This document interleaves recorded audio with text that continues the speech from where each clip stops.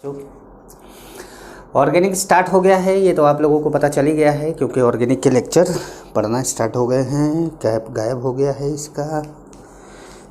चलो ठीक है, कैप कहाँ गया यार इसका, बंद करो। तो बात करते हैं अब डिग्री ऑफ अल्कोहल की। डिग्री ऑफ अल्कोहल कैसे पहचाना जाए।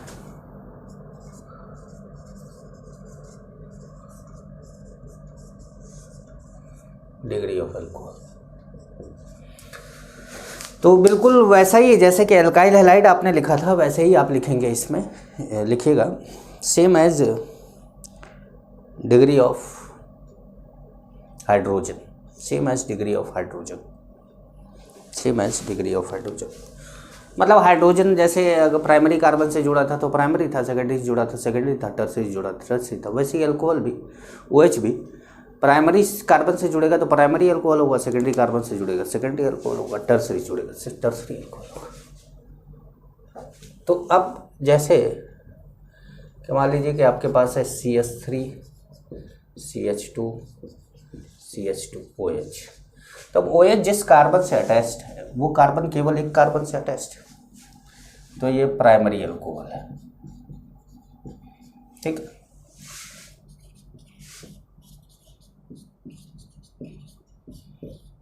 अब देखिए OH जिस कार्बन से अटैच्ड है C से, ये कार्बन दो कार्बन से डायरेक्टली अटैच्ड है, तो ये हमारा सेकेंडरी अल्कोहल हो गया।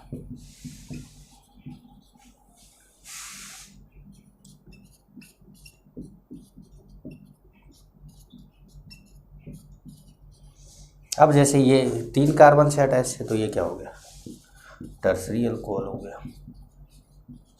अब कुछ एग्जाम्पल जैसे इसके अगर लिए जाए, ऐसे मान लीजिए कि ये कंपाउंड है और इस कंपाउंड में OH है यहाँ पर, तो अब ये कार्बन पर, इस कार्बन पे OH जुड़ा हुआ है और ये वाला कार्बन डायरेक्ट दो कार्बन से अटैच्ड है, तो ये कौन सा अल्कोहल है, ये सेकेंडरी अल्कोहल है। ठीक है,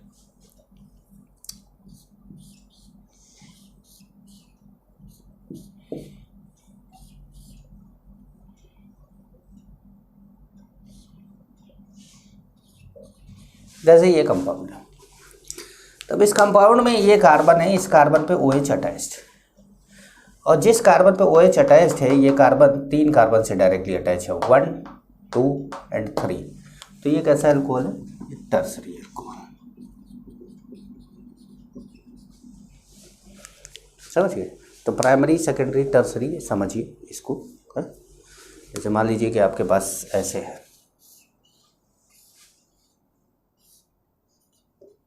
ये है, तो अब जैसे ये OH इस कार्बन से अटैच्ड और ये कार्बन केवल इस कार्बन से अटैच्ड, सिंगल कार्बन से अटैच्ड, तो ये क्या है, प्राइमरी अल्कोहल। क्या है, प्राइमरी अल्कोहल। तो अब देखिए बात करते हैं डिग्री ऑफ एमीन की। डिग्री ऑफ एमीन, जैसे ये तो था डिग्री ऑफ अल्कोहल, तो वैसे डिग्री ऑफ एमीन कैसे निकाला जाए। लेकिन अभी तक आपने जैसे पढ़ा डिग्री ऑफ कार्बन पढ़ा, हाइड्रोजन पढ़ा, एल्काइल हैलाइड पढ़ा, है ना, ये सब तो सब हाइड्रोजन, जैसे कार्बन का अपने कार्बन का मैंने आपको बताया, फिर हाइड्रोजन का बताया, लेकिन हाइड्रोजन के बाद एल्काइल हैलाइड को बोला सेम एज हाइड्रोजन, अल्कोहल को बोला सेम एज हाइड्रोजन। लेकिन एमीन में ऐसा नहीं है, एमीन में थोड़ा सा अलग है, थोड़ा ध्यान देना होगा एमीन में आपको। डिग्री ऑफ एमीन में आपको थोड़ा ध्यान देना होगा। तो जैसे मान लीजिए कि आपके पास है NH2, ठीक है, कोई R मतलब एल्काइल ग्रुप जुड़ा है, NH दो एल्काइल ग्रुप जुड़े हैं। अब दोनों सेम भी हो सकते हैं, अलग भी हो सकते हैं, 1 2 कर देते हैं, और N,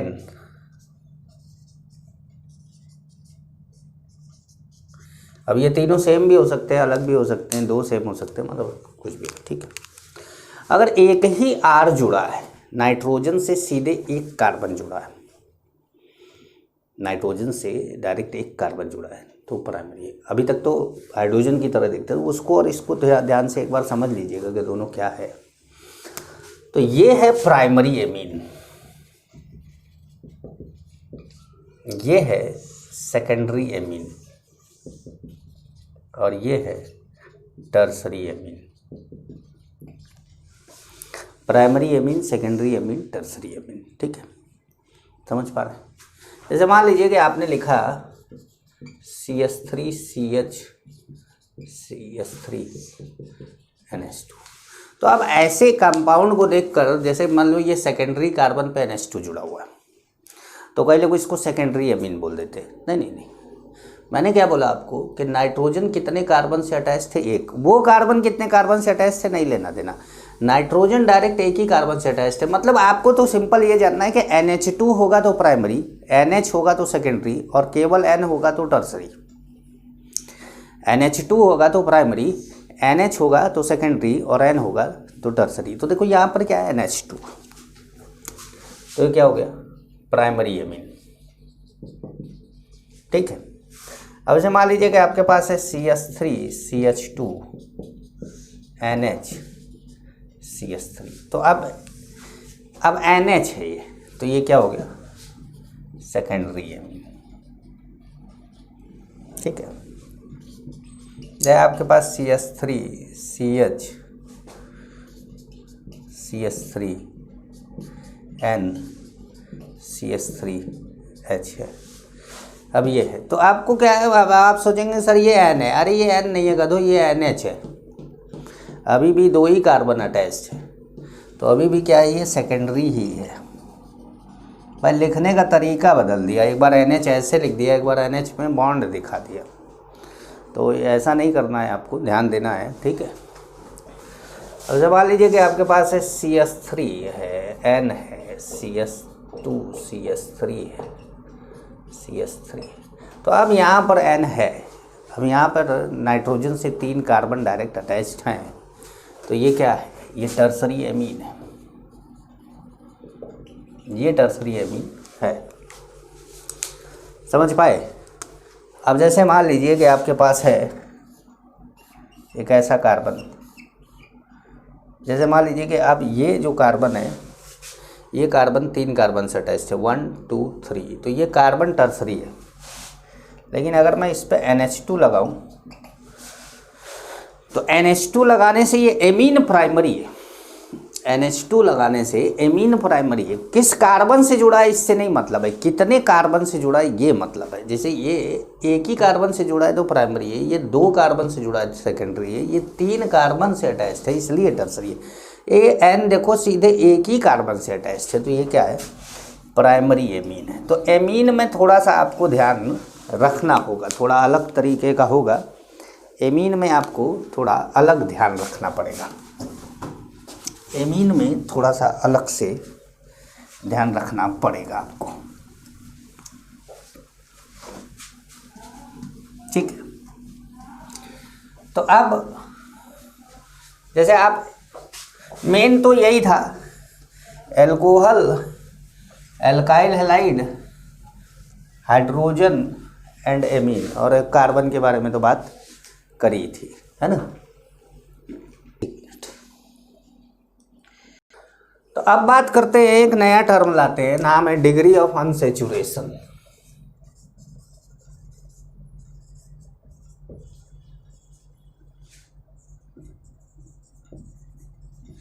डिग्री ऑफ अनसैचुरेशन को शॉर्ट में DU कहते हैं,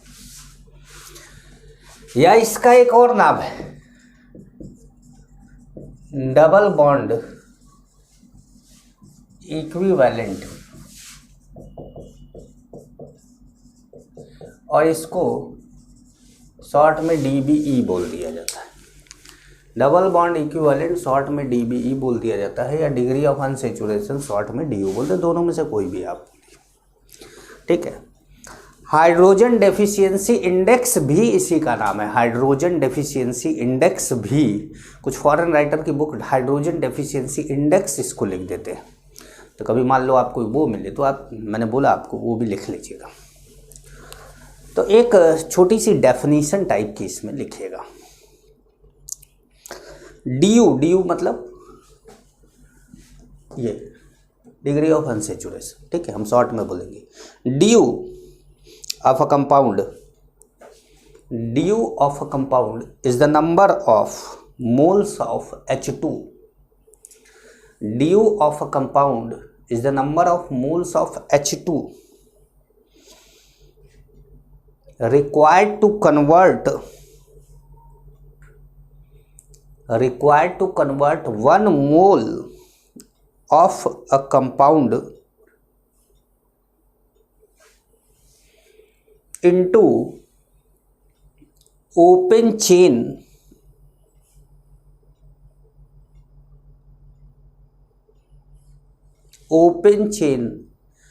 saturated compound,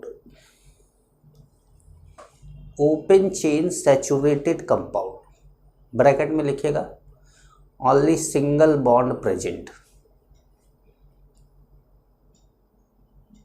मतलब मल्टीपल बॉन्ड उसमें नहीं होगा, ऐसा वो सैचुरेटेड, वहाँ पर हम सैचुरेटेड टर्म यूज कर रहे हैं यहाँ पर, ठीक है।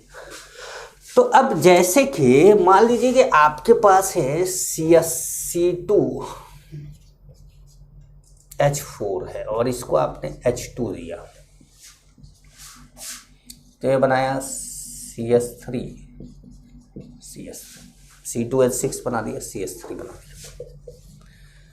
तो ये 1 मोल आपने लिया था, तो ड्यू इसका क्या हो गया, 1 हो गया, क्योंकि बोला गया नंबर ऑफ मोल्स, जितना मोल आप सप्लाई कर रहे हैं, जितना मोल आप दे रहे हैं या रिक्वायर्ड हो रहा है, उसको ड्यू बोला जा रहा है। जैसे मान लीजिए कि दूसरा C6H6 है, अब यहाँ पर आपको H2 देना है।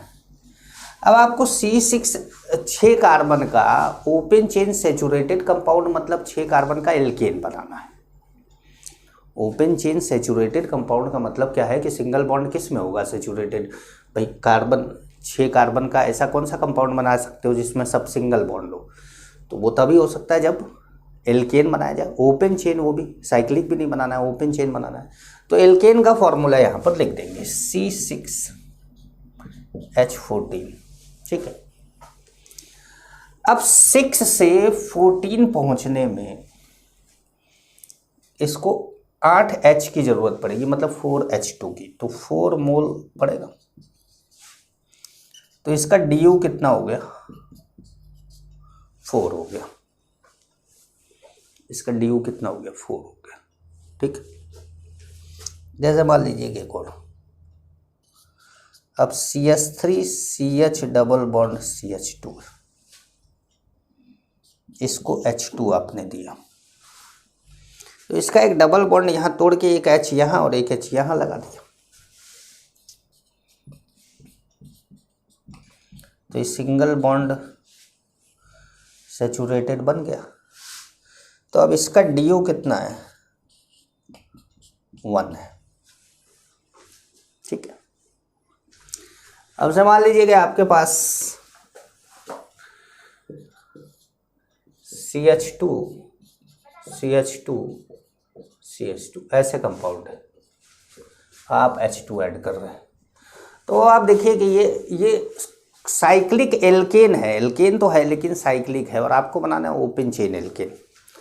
तो 3 कार्बन का ओपन चेन एल्केन बनाएंगे तो वो क्या बनेगा, CH3 CH2 CH3। अब इसमें हाइड्रोजन देखिए कितना है, 3 2 3 कितना 8, और यहाँ पे 2 2 2 कितना 6 से 8 जाने के लिए आपको 1 मोल H2 की जरूरत पड़ेगी।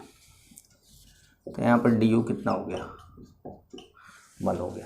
तो जितना मोल H2 की जरूरत पड़ेगी वो क्या है, डी है। एक तो तरीका ये है, मतलब कई तरीके हैं डी निकालने के।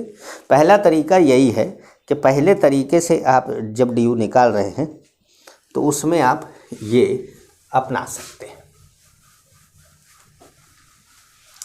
अब आते हैं, आपको DU1 की मीनिंग बताते हैं।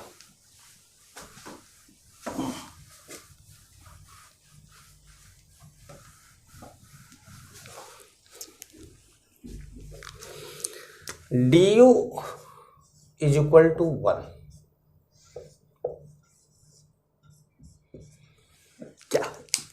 That means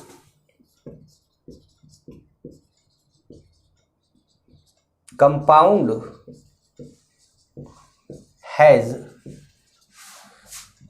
either one pi bond और वन साइकिल। कंपाउंड के पास क्या है, एक पाई बॉन्ड है या एक साइकिल है। मतलब कि कंपाउंड के पास या तो एक पाई बॉन्ड है या एक रिंग है। साइकिल लिख लीजिए या तो क्या लिख लीजिए, रिंग लिख लीजिए, एक ही बात है। अगर मान लीजिए कि ड्यू 2 है, ड्यू क्या है, 2 है, तो इसका मतलब है कि कंपाउंड के पास, दैट मीन्स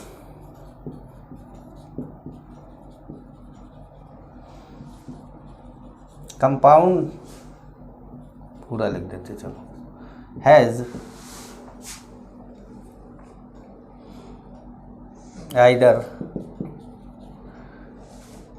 2 पाई बॉन्ड और 2 रिंग और 1 पाई बॉन्ड प्लस 1 रिंग। अब या तो कंपाउंड के पास 2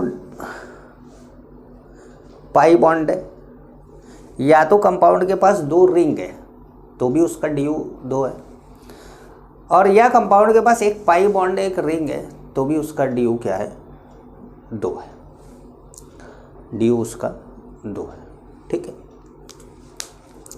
तो ये बात को आप समझिए कि ड्यू को कैसे निकालना है। अब जैसे मान लीजिए कि मैं बोलूँगा कैलकुलेशन ऑफ ड्यू, कि कैलकुलेट कैसे करेंगे ड्यू को, ये बात इतनी लिख लीजिएगा। अभी थोड़ा सा आपको थोड़ा सा ऐसा लग रहा होगा कि समझ में नहीं आ रहा है, बस थोड़ा सा, लेकिन बात समझने और ना समझने के बीच में 5 मिनट का ही गैप है, बस समझ में अभी आ जाएगा आपको।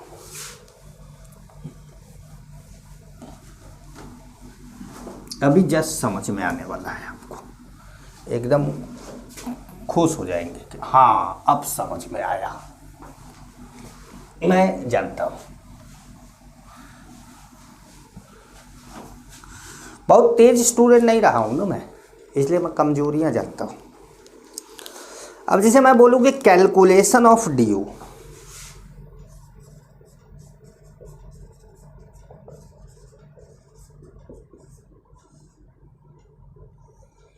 ड्यू की कैलकुलेशन करनी है ना,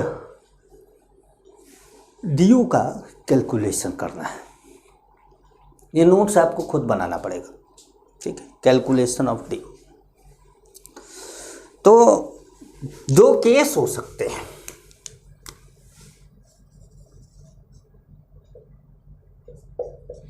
ड्यू आप कैलकुलेट कर रहे हैं और आपके पास केस 2 है। क्या?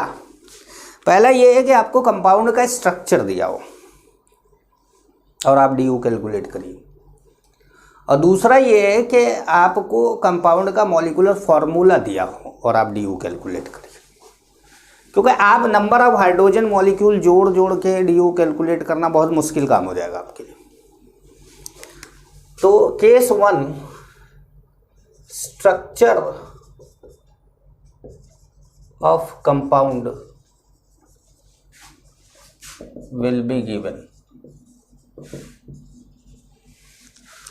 Structure of compound will be given, structure of compound दिया जाएगा, ठीक है। तो अब क्या होगा, ड्यू इज इक्वल टू,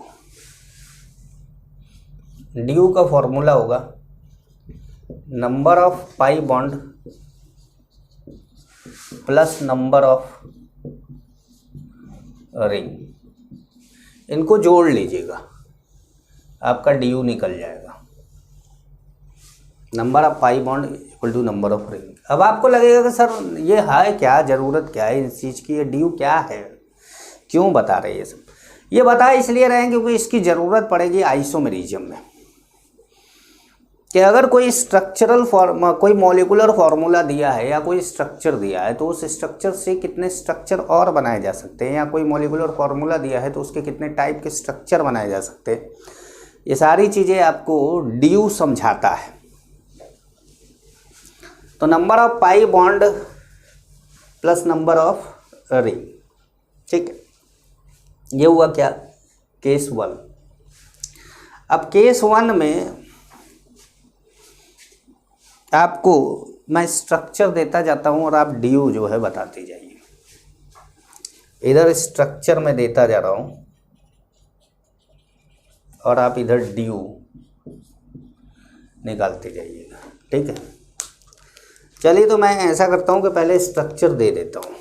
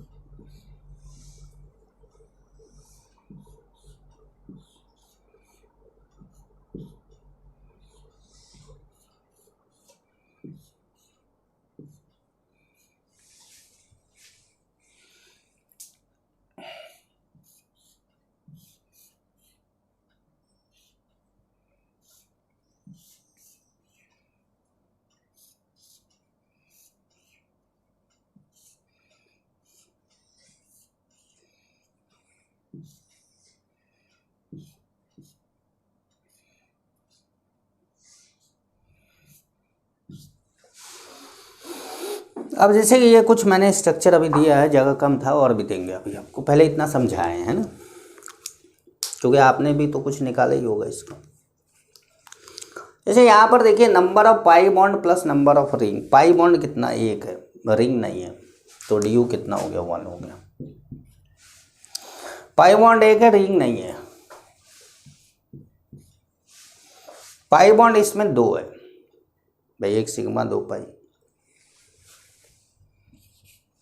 यहाँ पर देखिए एक रिंग है और एक डबल बॉन्ड है, मतलब एक पाई बॉन्ड एक और एक रिंग है, तो क्या हो गया, 2 हो गया। यहाँ पर देखिए कितने पाई बॉन्ड है, और ड्यू, यहाँ पर ड्यू लिख लीजिए, यहाँ स्ट्रक्चर लिख लीजिए, ठीक। अब यहाँ कितने पाई बॉन्ड है तो देखेंगे आप 3 है, और रिंग कितना है तो 1 है, 1 रिंग 3 पाई बॉन्ड, तो टोटल कितना, 4। यहाँ पर देखिए कितने पाई बॉन्ड है तो देखिए 1 2 3 4 5, 5 तो पाई बॉन्ड है, और रिंग 1 2, 2 रिंग है, 5 5 मतलब 5 वो है पाई बॉन्ड है, तो 2 + 5 कितना हो गया, 7। यहाँ पर देखिए पाई बॉन्ड कितना है, तो यहाँ से काउंट करना है, यहाँ से काउंट करना स्टार्ट करिए, ऐसे चलते हैं, ऐसे चलते, ऐसे चलते यहाँ पहुँच जाएंगे। 1 2 3 4 5 6 7 8, 8 पाई बॉन्ड है, रिंग कितना, 1 2 3 4, 4 रिंग है, 8 पाई बॉन्ड है, तो 8 4 कितना हुआ, 12। तो ड्यू निकालना आसान, 12, मतलब स्ट्रक्चर देखकर आप ड्यू को बहुत आसानी से बता सकते हैं। और देते हैं कुछ, है ना, कुछ और देते हैं।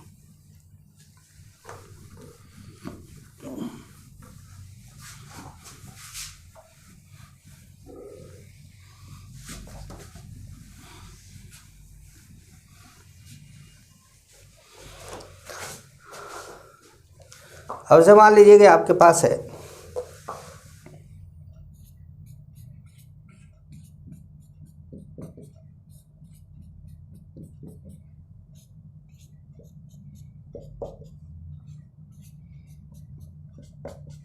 मान लीजिए ये कंपाउंड, तो इसमें कोई रिंग तो नहीं दिख रहा, लेकिन पाई बॉन्ड है ढेर सारे, हर जगह पर देखो, यहाँ पे 2 पाई बॉन्ड है, यहाँ 2 पाई बॉन्ड है, यहाँ 2 पाई बॉन्ड है, यहाँ 2 पाई बॉन्ड है, यहाँ 1 पाई बॉन्ड है।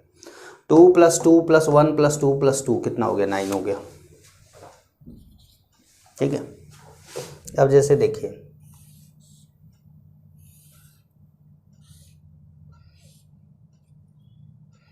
जैसे ये कंपाउंड है तो इसमें पाई बॉन्ड दिख रहा है क्या? नहीं, डबल बॉन्ड कहीं नहीं है। रिंग कितना है? 1 2 3, तो 3 रिंग है।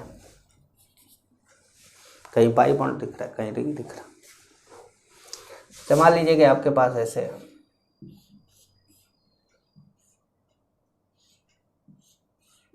ये है कंपाउंड, तो कितना रिंग दिख रहा है आपको? 2।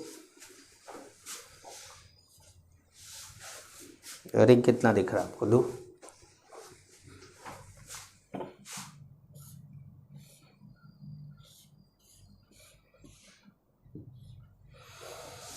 अभी देखिए आपको क्या दिख रहा है? एक ही रिंग है, 2 रिंग नहीं है, एक ही रिंग है, ठीक है, और एक पाई बॉन्ड है। लेकिन अगर आप इसको ऐसे जोड़ दें,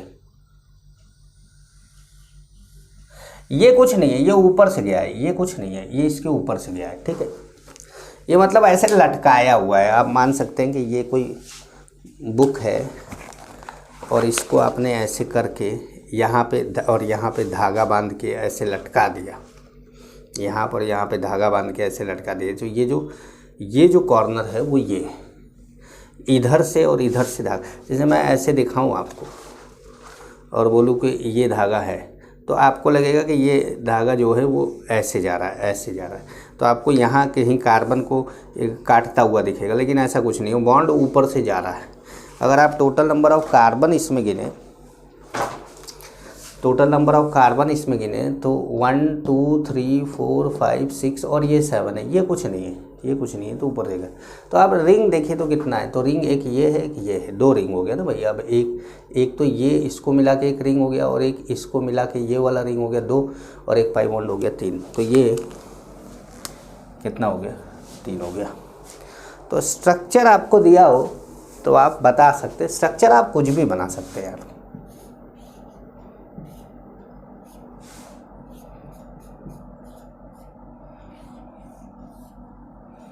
स्ट्रक्चर आपको जो बनाना हो बना लीजिए। देखिए कितना रिंग है? 2 है,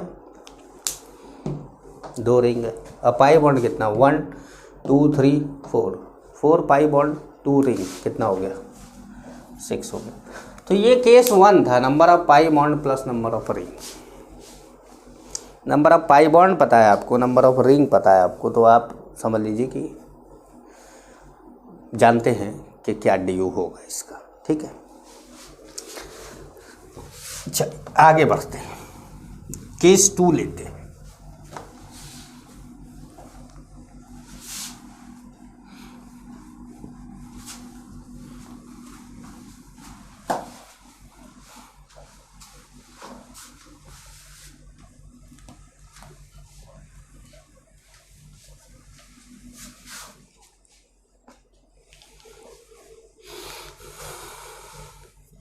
case 2, if molecular formula of compound is given, अगर कंपाउंड का मॉलिक्यूलर फॉर्मूला क्या हो आपको दिया हो, मॉलिक्यूलर फॉर्मूला कंपाउंड का दिया हो, तो डी क्या होगा?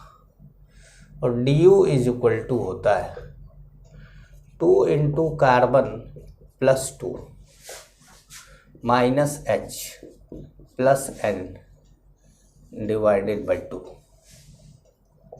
ये है फॉर्मूला। आप ऑर्गेनिक केमिस्ट्री पढ़ रहे हैं, एक बार याद दिला दें आपको। सी क्या है? सी है number of carbon atom. H क्या है? Number of hydrogen and halogen atom. मतलब जो H है वो मोनोवैलेंट एटम है, और ऑर्गेनिक कंपाउंड में ClBr सिंगल बॉन्ड से जुड़ते हैं, FClBr सिंगल बॉन्ड से जुड़ते हैं, तो मोनोवैलेंट होते हैं। तो हाइड्रोजन एंड हेलोजन एटम दोनों आपको काउंट करना है, ठीक है। या आप यहाँ पे बोल सकते हैं नंबर ऑफ मोनोवैलेंट एटम। ऐसा एटम जो एक बॉन्ड बनाता हो। नंबर ऑफ नाइट्रोजन एटम, या आप इसको बोल सकते हैं number of trivalent atom.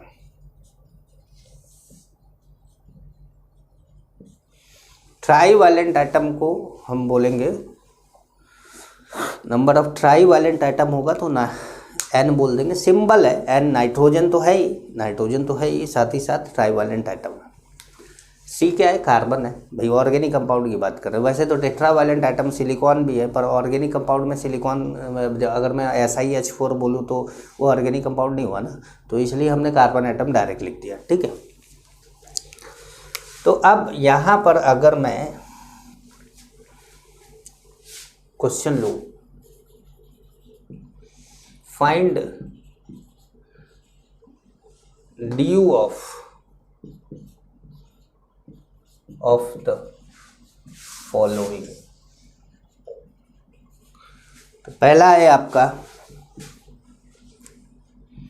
C6H6। अभी थोड़ी देर पहले आप अगर पन्ना पलट के देखें तो C6H6 का आपने निकाला था, बेंजीन का रिंग बनाकर आपने निकाला था, 3 पाई बॉन्ड, एक रिंग, 4 आया था, याद आ रहा है आपको। और आपने H2 ऐड करके भी निकाला था तो भी 4 आया था। अब हम इस फॉर्मूले से निकालेंगे कि 4 आएगा कि नहीं। तो देखिए du is equal to 2 into 6, number of carbon atom कितना है? 6 है, plus 2 minus 6 plus 0 divided by 2। Nitrogen नहीं है तो मैं या तो मत लिखो या तो 0 लिख दो। वैसे तो मैंने अभी समझाने के लिए 0 लिख दिया, वैसे नाइट्रोजन नहीं है तो कुछ नहीं लिखना आपको। तो अब देखो 2 इंटू 6 कितना हो गया? 12, 12 प्लस 2 कितना हो गया? 14, 14 माइनस 6 बाई 2 मतलब 8 बाई 2 क्या आ गया? 4 आ गया। मैंने अभी थोड़ी देर पहले बोला था कि ड्यू इसका कितना आएगा? 4 आएगा। ड्यू कितना आएगा? 4 आएगा, ठीक है।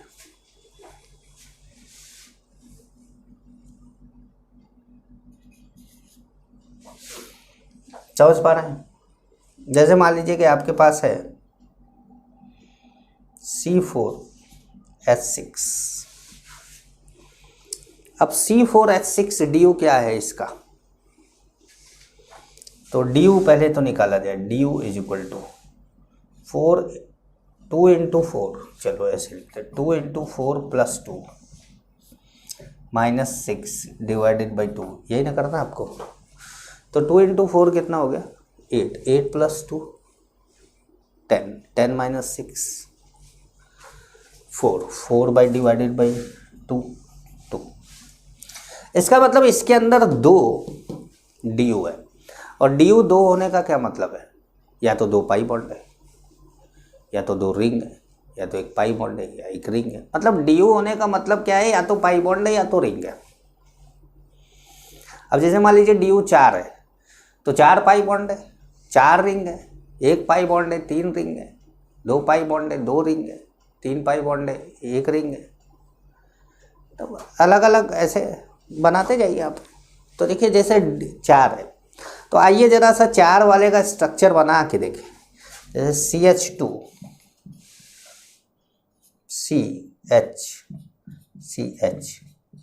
CH2, क्या इसमें 2 पाई बॉन्ड आया? और देखिए कार्बन हाइड्रोजन की संख्या इसी के बराबर है, तो होगी, बेशक होगी।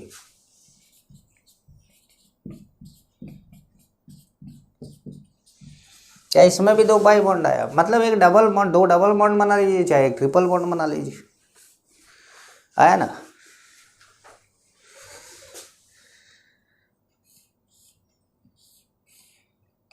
क्या इसमें भी आया? तो अब आप देखिए यहाँ पर तो मैंने आपको सिखाया था कि कैसे स्केलेटल में हाइड्रोजन भरने हैं। जैसे यहाँ पर 2 बॉन्ड दिख रहा है, तो ये CH2 है, यहाँ पे 2H है, यहाँ पे 3 बॉन्ड दिख रहा है ना भाई, 1 2 और 3, तो ये CH है, ये CH है, तो CH CH CH2 CH2, मतलब 2 2 4 5 1 6 हाइड्रोजन है, 6 हाइड्रोजन है। तो एक स्ट्रक्चर ये हो गया। ये हो गया क्या, एक रिंग और एक पाई बॉन्ड। भाई 2 पाई बॉन्ड, 2 पाई बॉन्ड, एक रिंग एक पाई बॉन्ड। अब ऐसा नहीं है कि एक रिंग एक पाई बॉन्ड के और स्ट्रक्चर नहीं बनेंगे, मैं ये नहीं कह रहा हूँ, मैं अभी आपको आइसोमरिज्म नहीं पढ़ा रहा, तो इसके मैं और ढेर सारे स्ट्रक्चर बना देता। अभी मैं केवल एक आइडिया आपको दे रहा हूँ कि ये चीज़ अगर बना ली तो फिर इसके जैसा और आप बना सकते हैं, कम से कम स्टार्टिंग तो हो। जैसे आपके दिमाग में आ गया कि 2 डबल बॉन्ड है, तो आप 2 डबल बॉन्ड की पोजीशन आपने अल्टरनेट लगाई है, अब इस डबल बॉन्ड को यहाँ लगा दो, कंटिन्यूअस भी हो जाएगा।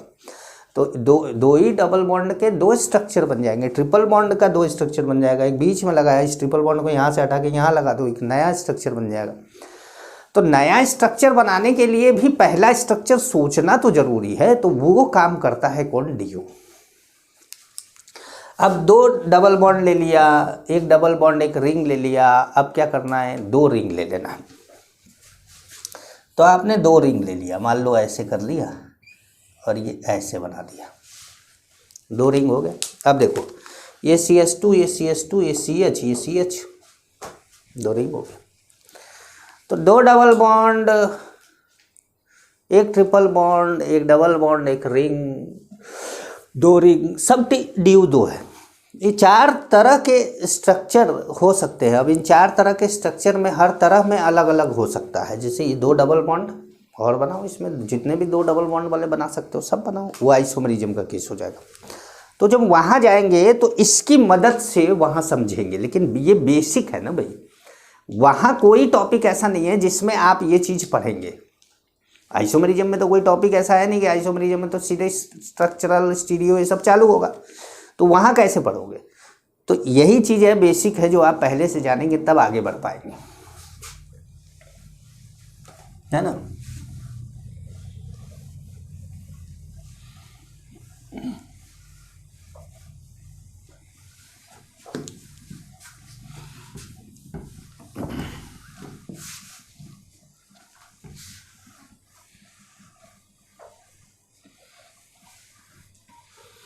ठीक है। अब ऐसे क्वेश्चन बोला जाए आपको, what is the DO of क्यूबेन। क्यूबेन का DO क्या है। तो पहले तो आप सोचेंगे क्यूबेन क्या है। तो क्यूबेन जो है वो पहले समझिए, क्यूबेन क्या है पहले समझिए।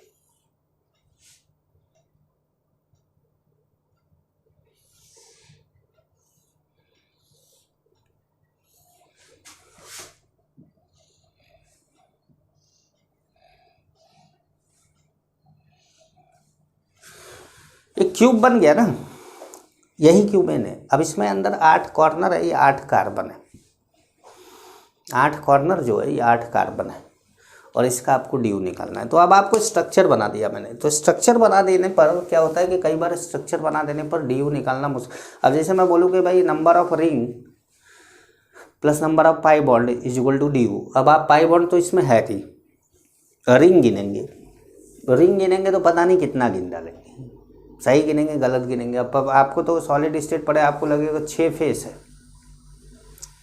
तो रिंग 6 होगा, क्या सर 7 भी हो सकता है, 8 भी हो सकता है, ज़्यादा भी हो सकता है। तो फिर ऐसे केस में जहाँ पर आपको समझ में ना आए, उस केस में आप मॉलिक्यूलर फार्मूला बना लिया करिए। जैसे देखिए कार्बन कितने 8 है ये पता है।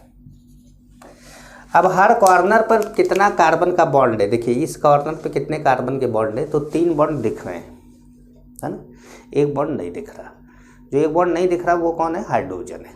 तो इसका मतलब हर कॉर्नर पे एक हाइड्रोजन है, C8H8 हो गया। अब इसका जब DO आपको निकालना होगा, ये क्यूबेन है भैया ना, इसका जब DO आपको निकालना होगा तो आप करेंगे 2 × 8 + 2 - 8 / 2 तो 2 इंटू 8 कितना, 16 प्लस 2 18 माइनस 8 कितना हो गया,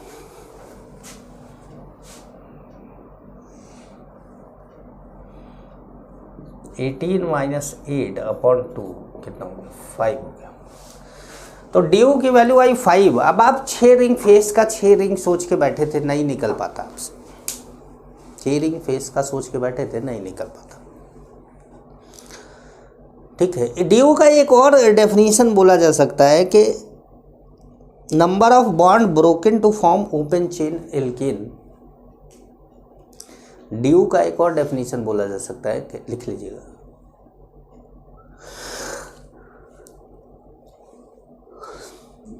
ड्यू लिखेगा it is equal to number of, it is equal to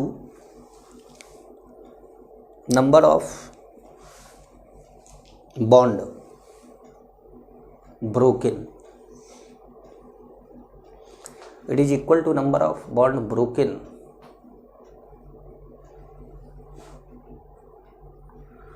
it is equal to number of bond broken to form open chain alkane,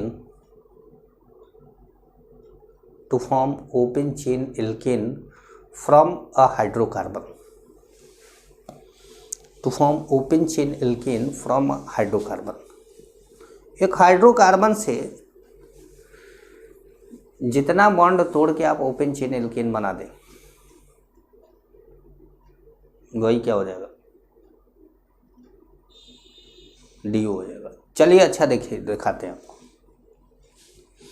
इसका एक बॉन्ड ये तोड़ दीजिए और एक बॉन्ड ये तोड़ दीजिए। चलिए ये बॉन्ड तोड़ दिया हमने, एक बॉन्ड ये तोड़ दिया और एक बॉन्ड ये तोड़ दिया। कितना बॉन्ड तोड़ दिया, 2 बॉन्ड तोड़ दिया। ठीक है। जब आपने इसका 2 बॉन्ड तोड़ दिया तो ये क्या बन गया, ऐसे बन गया।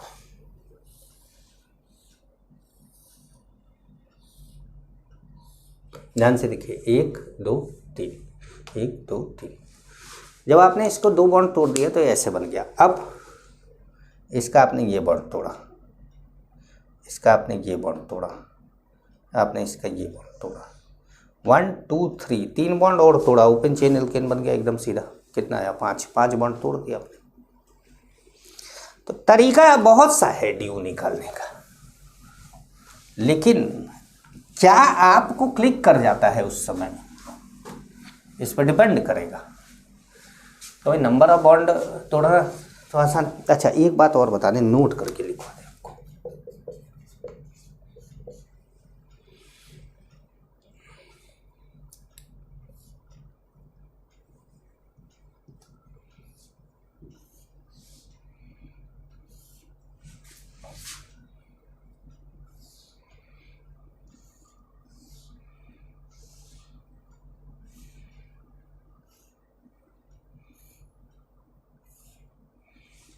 ठीक,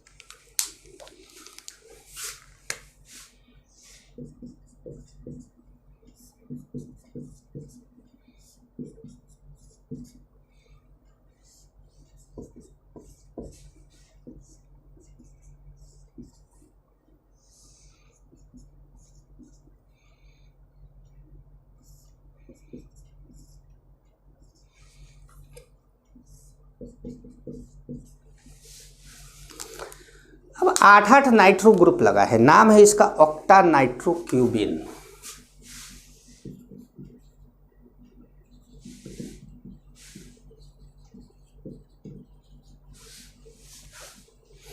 ये क्या है, ऑक्टा नाइट्रोक्यूबिन,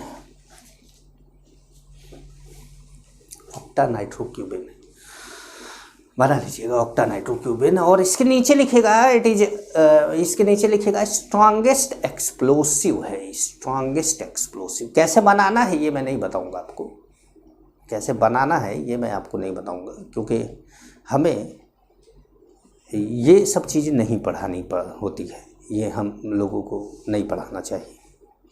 ऑक्टा नाइट्रोक्यूबिन स्ट्रॉन्गेस्ट एक्सप्लोसिव है। पता चला कि आपके पड़ोसी से झगड़ा हुआ, आपने उसका घर उड़ा दिया, कहे रुको क्यूबेन लेकर आते हैं, भाई 2 मिनट में साफ कर देंगे तुमको। भाई मैं तुम्हारा वो भरोसा।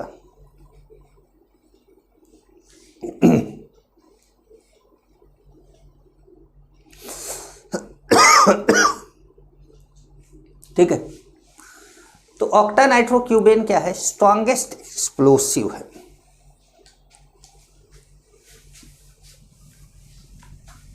अब लिखिएगा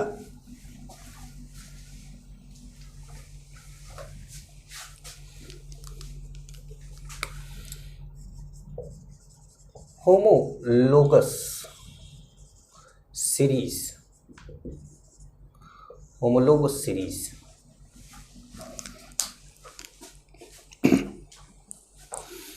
इसमें लिखिए the series of compounds, the series of compounds in which all the members, the series of compounds in which all the members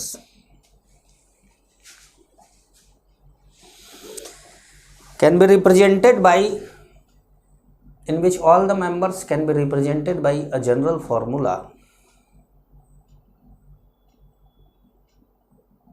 can be represented by a general formula called homologous series, homologous series. If two members, next point लिखिएगा, if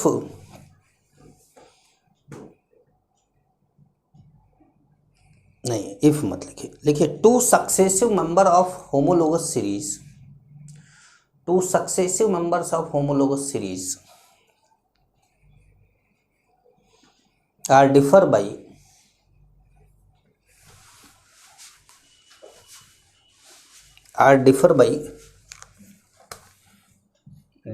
CH2,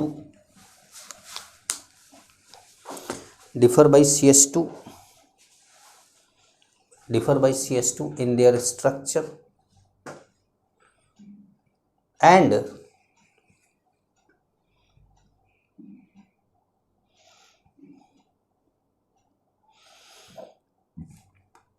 their molecular masses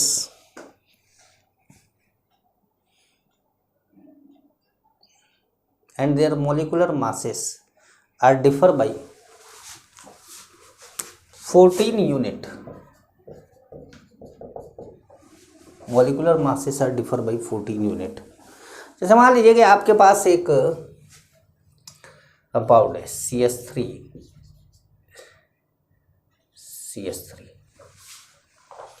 और दूसरा है CH2।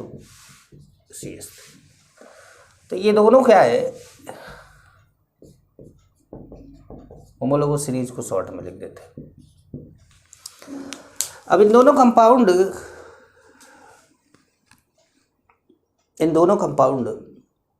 में molecular formula में 14, molecular mass में 14 का difference है, निकाल के देख लीजिएगा। और स्ट्रक्चर में CH2 का डिफरेंस है।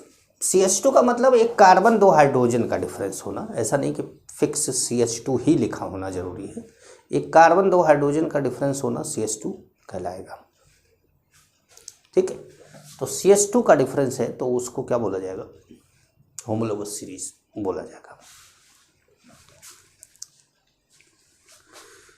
जैसे मान लीजिए कि एक और एग्जांपल ले लेते हैं, आपको ये तो लिख ही लिया होगा आपने। जैसे मान लीजिए कि ये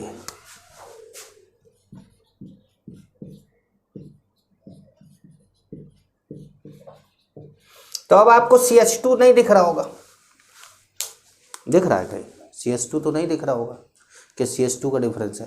लेकिन अब आप क्या करिए कि इसके कार्बन को गिनिए, 3 कार्बन है, इसमें 4 कार्बन है, 1 कार्बन ज़्यादा हो गया इसमें।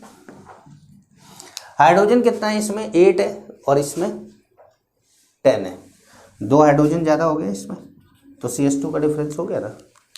और CH2 का मास देख लो, 12 + 2 कितना 14, तो मास में 14 का डिफरेंस हो गया। समझ पाए, तो ध्यान रखिएगा। ये थर्ड पॉइंट लिखिएगा, मतलब अगला पॉइंट लिखिएगा, if functional group is present, if functional group is present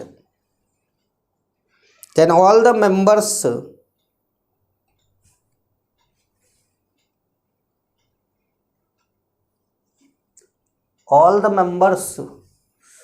must have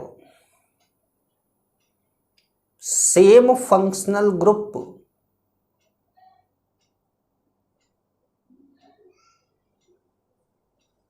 all the members must have same functional group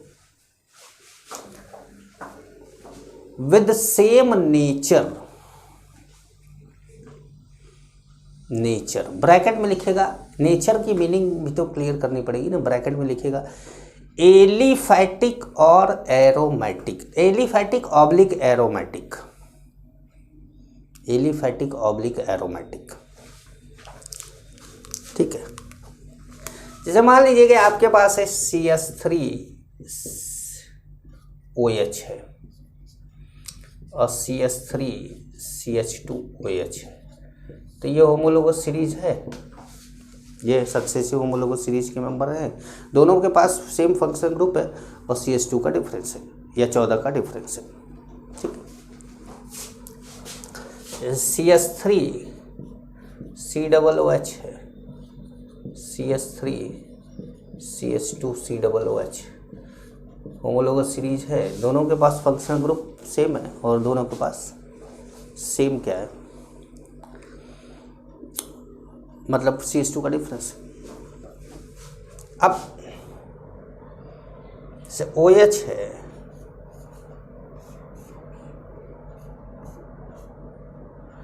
और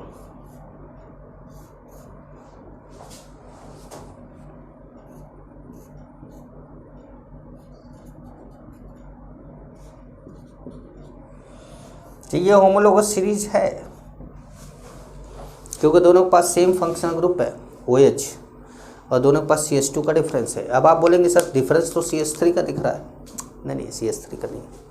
ध्यान से देखिए ना, ध्यान से देखिए, इसका कंपाउंड में कितने कार्बन है, तो 6 हाइड्रोजन, 1 2 3 4 5 6 हाइड्रोजन, 6 कार्बन, 1 ऑक्सीजन।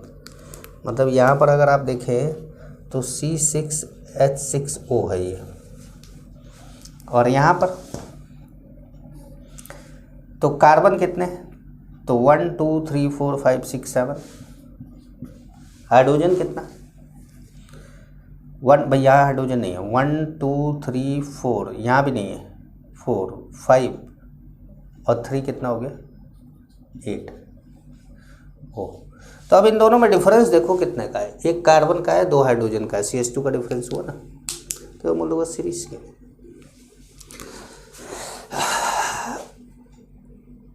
जैसे OH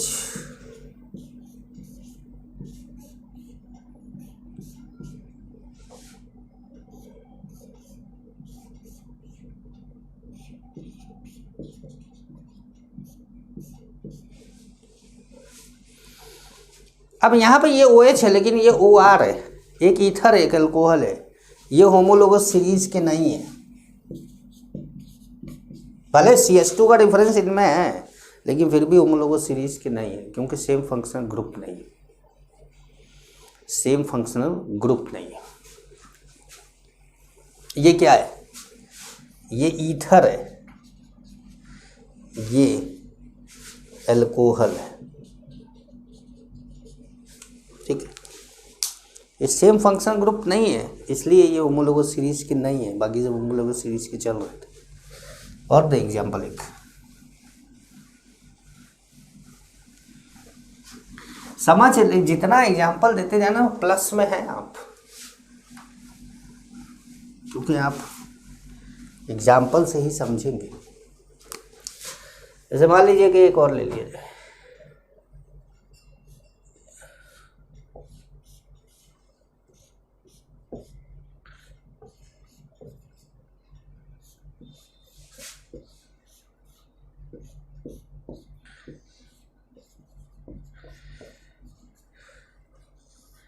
ये दोनों होमोलोगस सीरीज नहीं है।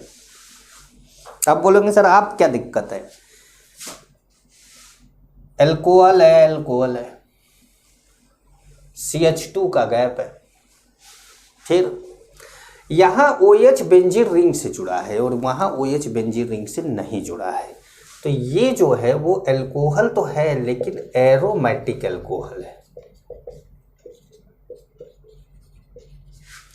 और ये OH बेंजीन रिंग से नहीं जुड़ा है, इसलिए कंपाउंड एरोमेटिक है लेकिन अल्कोहल एरोमेटिक नहीं है, तो ये एलिफैटिक अल्कोहल है।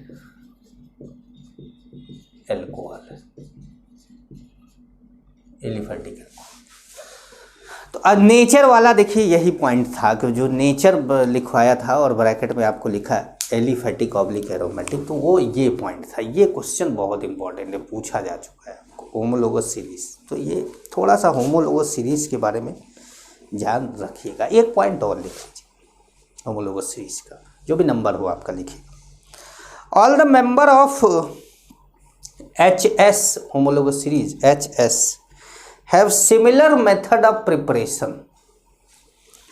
उनका मेथड ऑफ प्रिपरेशन सिमिलर होना चाहिए।